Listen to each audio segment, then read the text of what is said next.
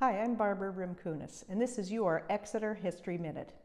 High above street level in downtown Exeter, Lady Justice stands guard over the town. The decision to build a new town hall in 1855 was the culmination of a 2-year battle between bickering factions of townspeople. Should it be a simple structure, reflecting a small town, or a grand design reflecting a vision of Exeter as a commercial center?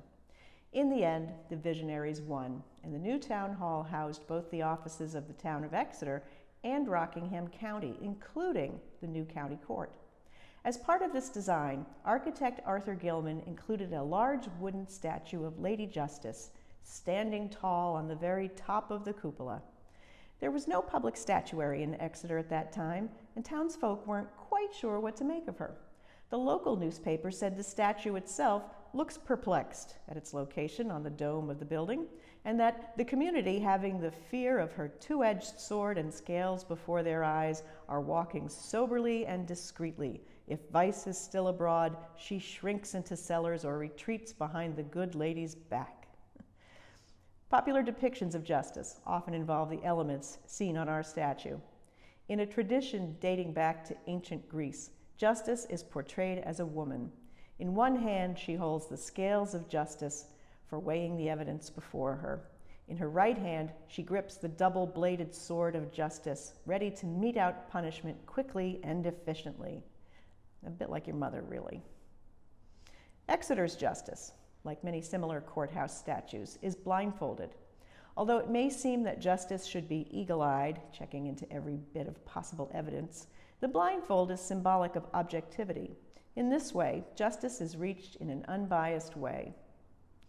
The statue on the town hall cupola has withstood many challenges. As the highest point in town, she was never able to avoid the one thing that was irresistibly attracted to her: lightning. Over the years, she was struck many times, and an intricate system of lightning rods was installed. 2 main rods jutted from behind her like antennae, and attached to a grounding system that encircled her waist.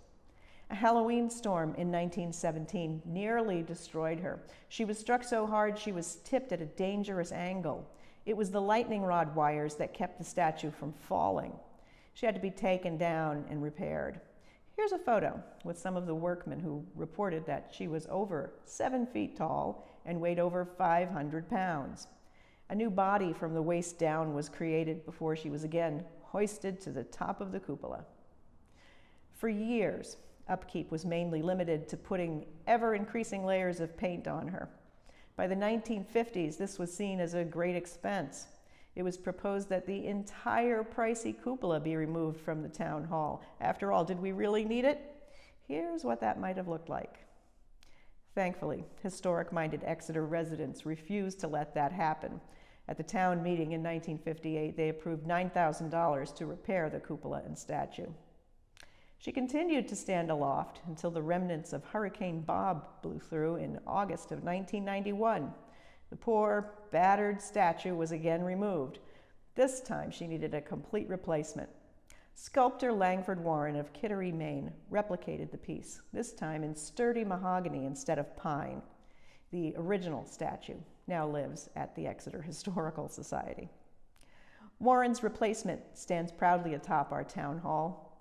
The building no longer doubles as a courthouse, but the intent of the statue still holds.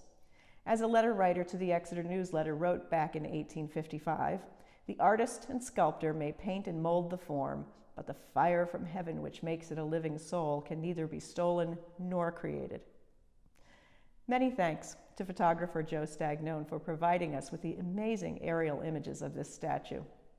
For more Exeter history, check our website at www.exeterhistory.org.